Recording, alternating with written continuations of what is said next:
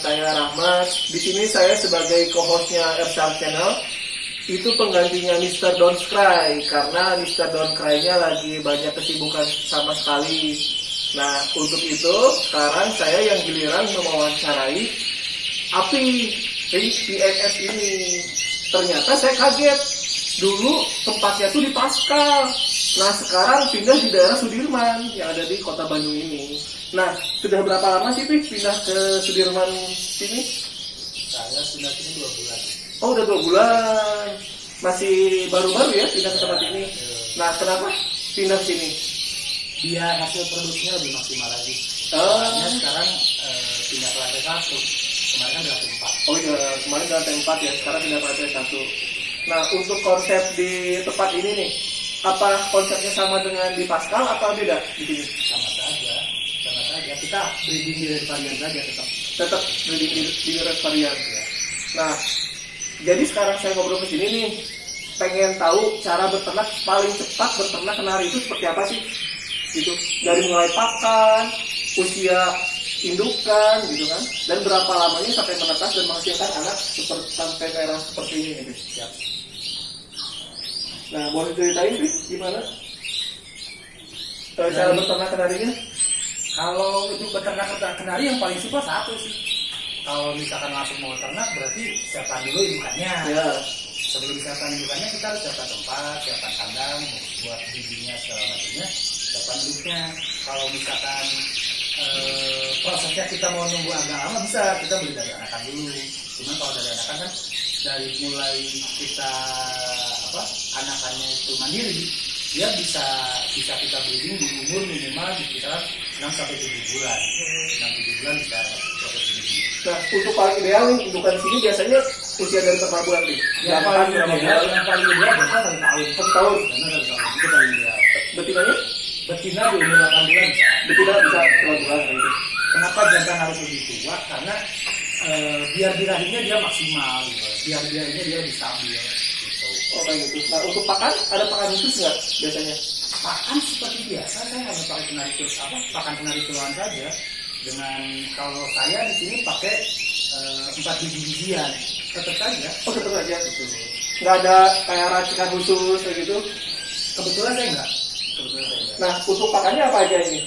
Saya hanya pakai untuk biji-bijiannya saya pakai kenarisin, pakai biji sawi, terus niger sama niger. Kalau di Bandung itu biji kunyit. Oh, biji kunyit. Indonesia itu 2 lah. Nah, untuk sapi dikasih? Sapi untuk rasa pudingnya kita wajib kasih tiap hari. Tiap hari. Nah, untuk telurnya? Telur saya hanya pakai untuk proses perjodohan, anakan dilolok, sama proses anakan menuju mandiri. Dia sudah pakai telur. Kalau yang lain-lainnya bisa 1 minggu 1 kali, 2 minggu 1 kali masih oke. Untuk fungsi dari kenari seed, niger seed itu buat kenari kalau seperti apa sih? Kalau menurut pengalaman saya, kalau kenari seed itu biasanya hanya untuk kebutuhan karbohidratnya dia. Kebutuhan karbohidratnya dia dari kenari seed, biji sawinya itu untuk pelengkap karbohidrat dan dia bisa membantu untuk penguatan warna. Kalau niger biasanya buat hangat sama buat minyak, lemaknya dari niger. Kalau biji kunyitnya dia untuk antioksidan. Kalau saya seperti itu. Nah, begitulah 4 tips pakan burung dari pengalaman Api ini. Nah, tadi kan kita telah bercerita dari mulai cara beternaknya, cara pakannya.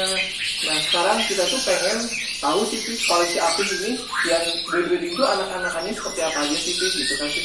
Boleh nanti kita ngeliat ke peternakan Api itu. Boleh, Nah, untuk yang ini berapa bulan? itu 6 bulan. Wah, 6 bulan udah merah seperti ini ya, Pi? Dia mutasi belum selesai semua. Di kepalanya masih ada bulu anakan. Jadi badan sudah mulai selesai, sayap ekor sudah ganti, kepala belum selesai. Tapi merahnya udah merah kayak gini tuh ya? Masih bisa naik kali. Masih bisa naik? Masih bisa naik. Sosin nggak lepas-lepas ya, Pi? Nah, ini masih dunia meroknya. Melok. Nah, ini ada black red. Lihat ini, wow, black rednya ini mantap sekali nih. Ini anakan di sini, Pi? Betul. Nah, kebetulan ini bapaknya tuh ini kemarin dapat piagam juga. Oh, ini bapaknya Ya. nih. Merlok. Dia terakhir Black Red ya? Black Red, betul, dia terakhir juara dua gitu. Nah untuk Merlok ini satu ada, ini pernah jadi juara 3. Ini namanya siapa, Pi? Ini Sultan. Oh, Sultan. Ini Enma. Nah ini ada satu lagi, ini juga sama. Ini pernah podium 1. Ini kelasnya masuknya kelas Red Mosaic. Oh, Red Mosaic. Bedanya apa sama Black Red? Kalau Black Red itu hitam ke merah. Oh iya, Kalau hitam Red ke merah ya? coklat ke merah. Betul. Oh iya, ini hitam ke merah. Ini Black Red. Kalau Red Mosaic, hitam ke coklat. Coklat ke Oh, merah. coklat ke merah. Nah, betul. Gitu. Ini ada remaja bon. Masih umur 4 bulan up lah. Mutasinya di Indonesia. Gitu. Tapi warnanya udah pada mantap gini nih, Pi. Kalau yang di atas ini apa nih, Pi? Itu anakan. Oh, ini anakan. Kalau anakan belum mandiri, masih umur 3 mingguan. Oh. Indukannya langsung masuk ke kandang soliter juga. Di sama indukan ini masukin biar lolos gitu ya. Ya, Nah, kalau ini ini Black Red itu semua. produksi, betul. Produksian. Ya, Produksian. Nah, kalau ini merlokan. memang kalau ada yang arem, ada yang lolo, ada yang baru proses perjodohan. Kalau di Bandung yang paling enak paling enak sekarang bahasanya kalau menjadi itu ngadonan. Oh, di Bandung adonan. Ngadonan bahasa-bahasanya ada bahasa. Nah, ini yang ada yang masih ngeram nih, lihat nih. Ini yang lagi ngeram. Itu betina udah umur Betina. 2 tahun. Betinanya udah hampir umur 2 tahun ya. Ya. Berapa lama sih ini untuk dia netas? Kalau untuk proses pengeraman 2 minggu. Oh, 2 minggu 14 hari sama. Betul. Kabur murai juga ya sama 14 hari ya. Mungkin kalau masa dari netes sampai mandiri biasanya 1 bulan. 1 bulan. Nah, ini anak-anak apa? Apa itu kan? Black Red itu masih remaja. Oh, ini Black Red remajanya ya. Itu range-nya kisaran 3 sampai 4 bulan gitu. Oh. Untuk ngejual berapa ini, Beb? Kalau Black Red sekarang di kisaran 1 juta ke atas. Black Red kisaran 1 juta ke atas untuk ngejual di ring INS. Ya. Nah, kalau untuk merloknya Merlok hampir sama. hampir sama. Nggak beda jauh. Betul. Baik lagi, ibaratnya kalau masalah harga tergantung dari kualitas mutasinya. Oh, Semakin pekat, semakin merah dia semakin mahal. kayak gitu. Oh, ini nih. Ini meroknya lebih kental lagi. Itu remaja. Oh, ini remaja lebih kental lagi. Kalau misalkan pengen lebih jelas lagi, datang aja ke ring INS. Nah, setelah saya tadi berkeliling di tempat breedingnya Api, saya melihat sesuatu. Ternyata ringnya tuh banyak nih, Pi. Nemuin ini nih, saya tertarik dengan ini nih ringnya. Kok banyak sekali sih, Pi? Apa sih yang membedakan ringnya ini nih? Ada 3 ini nih. Kalau saya kenapa ringnya beda-beda untuk memudahkan dari varian warnanya. Oh, keren warna. Ring donat stiker ini saya biasanya pakai untuk di merlok. Oh, merlok. Indukan merlok kali merlok pakainya donat stiker. Oh, ini. Merok kali merok. Betul. Nah, Untuk kalau yang donat hitam ini saya dipakainya hanya untuk DR dan red mosaic, untuk kenari-kenari yang berserat. Yang berserat pakainya ring donat hitam. Nah, kalau ini Kalau laser ini saya pakainya di bone. di bon. Betul. Jadi kalau misalnya indukannya ada unsur bone-nya, pakainya Laser yang ini, laser ini. Oh, ini buat merlok ke merlok, ini black red sama mosaic, ini bone ya, Pi. Jadi untuk di ring NS yang membedakan ring donat ini ciri khasnya buat merlok kami merlok. Nah, ring donat hitam ini buat black red dan red mosaic. Nah, untuk yang laser biasa ini buat yang bone. Pemirsa Kicau Mania, ini yang membedakannya di ring INS. Siapa tahu di kalangan Kicau biar Mania gampang yang aja lah intinya. Biar gampang aja ya. Betul. Tertarik nih, Pi, dengan ring yang ini nih. Ini kan merok kali merok. Nah, bagaimana sih cara memilih indukan merok kali merok ini nih sampai juaranya banyak kayak gini nih, Pi? Kalau saya untuk pemilihan indukan, ibaratnya apa? Pertama, kita lihat visual bagus dulu. Yang paling penting visual, kualitas warnanya. Istilahnya kita cari yang terbaik lah, yang terbaik. Kalaupun misalkan kualitas warnanya masih masuk ke standar, kita lihat indukan di atasnya. Selama indukan di atasnya lebih indukan prestasi, kita masih bisa pakai. Gitu. Jadi gen indukannya dipertahankan ya, Pi ya? Ibaratnya semakin bagus indukannya, berharapnya kita anakannya pun akan lebih bagus dari indukannya itu. Iya. Nah, ada nggak sih, Pi, beli indukan? Tapi kan suka ikut juara nih ya. Nah, misalkan ada yang juara nih, bagus. Nah, tapi suka beli nggak buat dirinya? Dulu pernah. Oh, dulu pernah kayak gitu. Jadi istilahnya kalau misalkan kita untuk update materi di kandang, kita jangan suka untuk beli indukan dari lain dengan catatan kualitasnya lebih bagus dari kandang kita. Iya, gitu. Sampai anakan di sini pun bisa ikut juara juga ya di sini ya, gitu. Nah, jadi yang pilihan utamanya itu genetika indukan dulu ya yang dipilih. Lebih bagus posisinya dari gen indukan di atasnya. Indukan di atasnya. Kalau mutasi bisa berubah. Mutasi sebelum. Kenapa dia mutasi bisa berubah? Mungkin karena faktor sakit.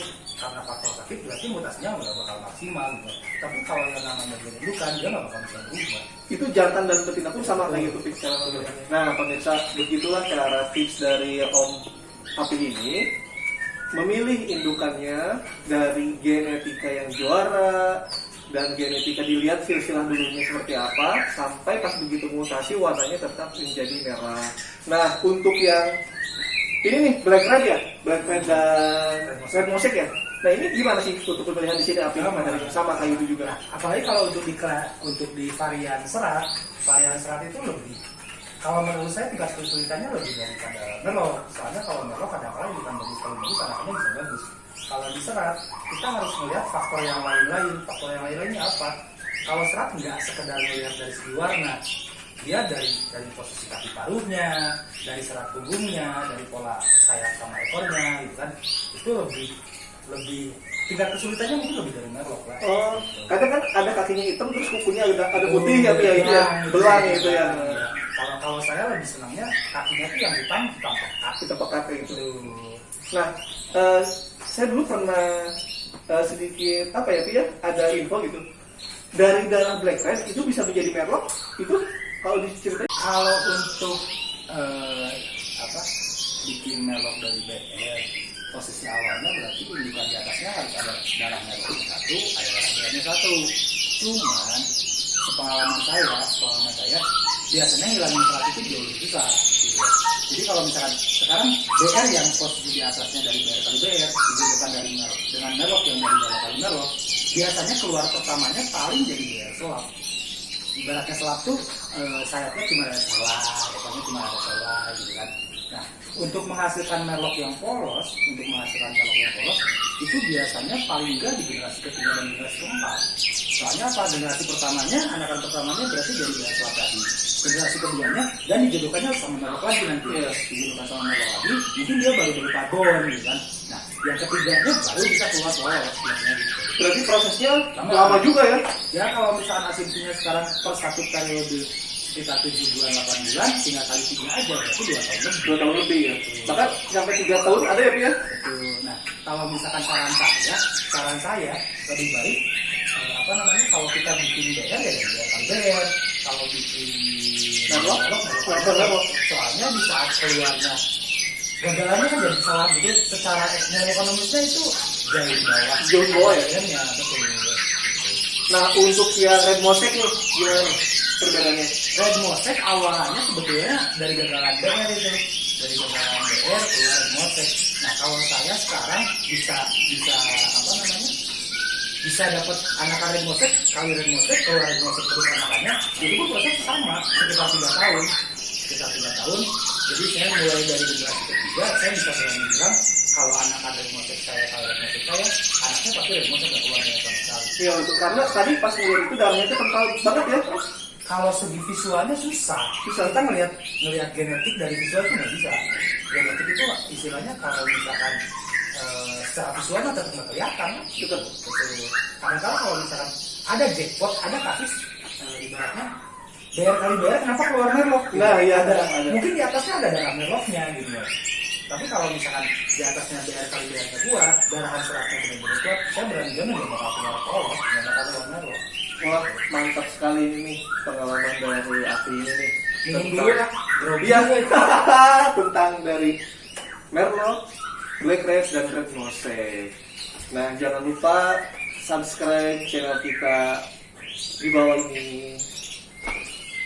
Saya pengen tahunya proses perkawinan merlot, black red dan red mosaic.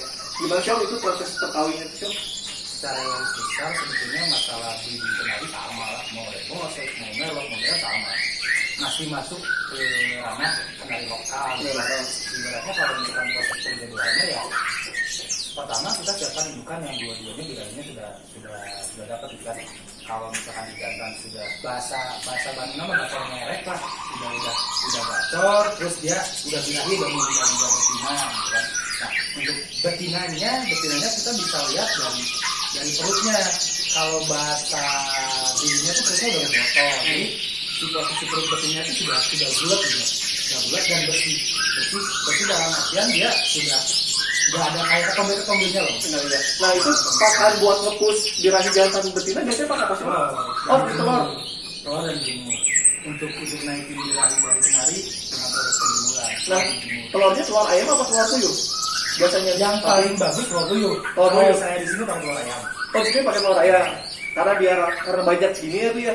Untuk menekan kos produksi. Kos produksi. Oh lebih bagus pakai telur puyuh buat nge-push kita naikin Kalau birahi. saya kan dengan protein telur puyuh lebih bagus. Kayak gitu. Tahu untuk buah apel kayak gitu nggak dipakai buah-buahan? Kalau saya di sini yang saya wajibkan untuk pakai extra foodingnya hanya sosin aja. Tapi kalau misalkan mau dikasih buah-buahan seperti Apel? Itu lebih bagus. Apel gambas itu buahnya bagus. Oh itu bagus. Nah itu buat nge-push naikin birahinya. Betul. Nah ciri-cirinya kan misalkan jantan udah birahi, betina udah birahi, itu dimasukin kan ke kandang tuh. Nah itu proses penyedoannya lama nggak sih kalau udah dua-duanya pada birahi gitu? Untuk yang pengawenan sudah pernah produksi Iya. itu paling seminggu nolar. Tapi kalau untuk posisinya jantannya masih bujang, betina darah. itu kan masih bujang, betinanya masih darah, gitu kan. Kadang-kadang kan perlu PDKT dulu. Iya. Kalau yang udah sama-sama pengalaman masuk terus kan. Iya langsung. Nah kalau misalnya untuk proses bujang sama darah, nggak kadang-kadang bisa 2 minggu dia bisa ngawin, kadang-kadang bisa sebulan. Untuk proses penjodohan kenari merlot, bujang dan darah itu seperti apa sih? Nah, untuk bujang dan darah itu kan karena sama-sama belum punya pengalaman.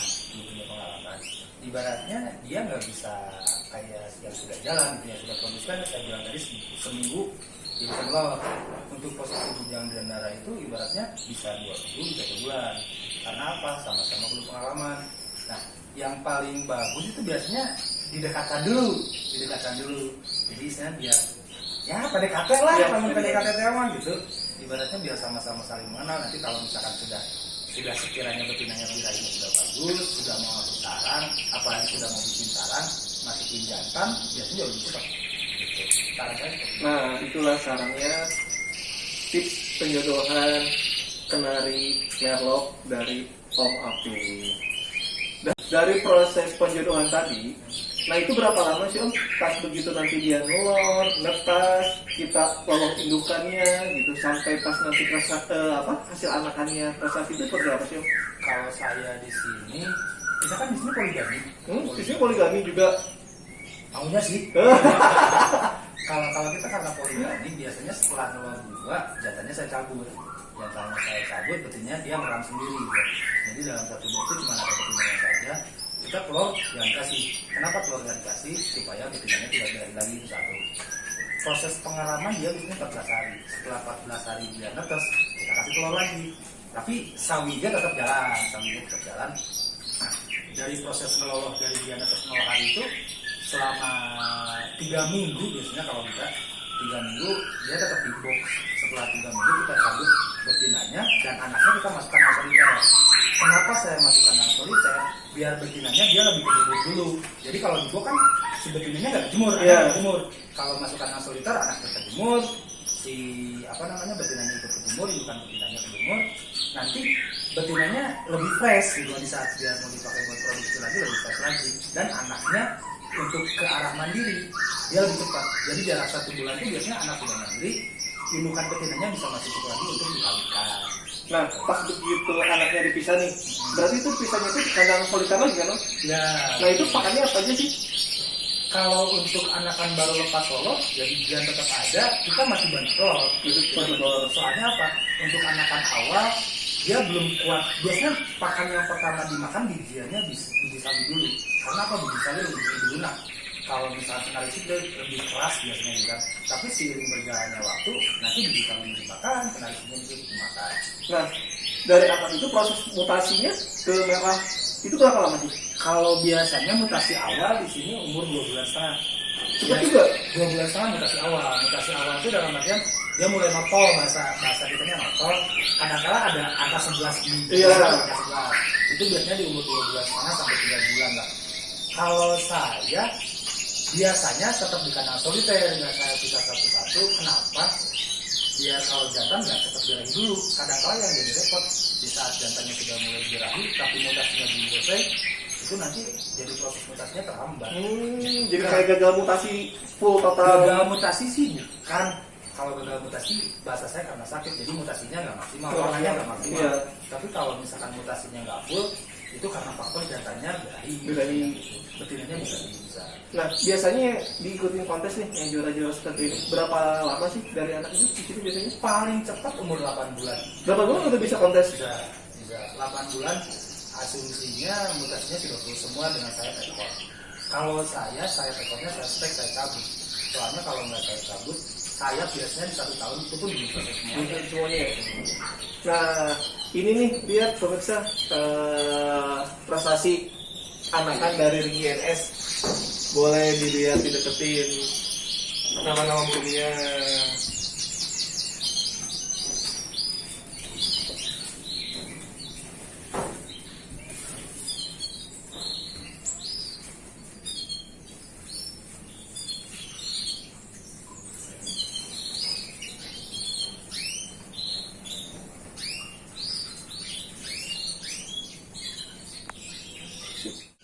Nah, pemirsa, begitulah obrolan saya dengan Api di breeding roomnya Api ini Ring INS. Jangan lupa apa Pi? Subscribe Elsa Channel Di bawah ini. Dadah.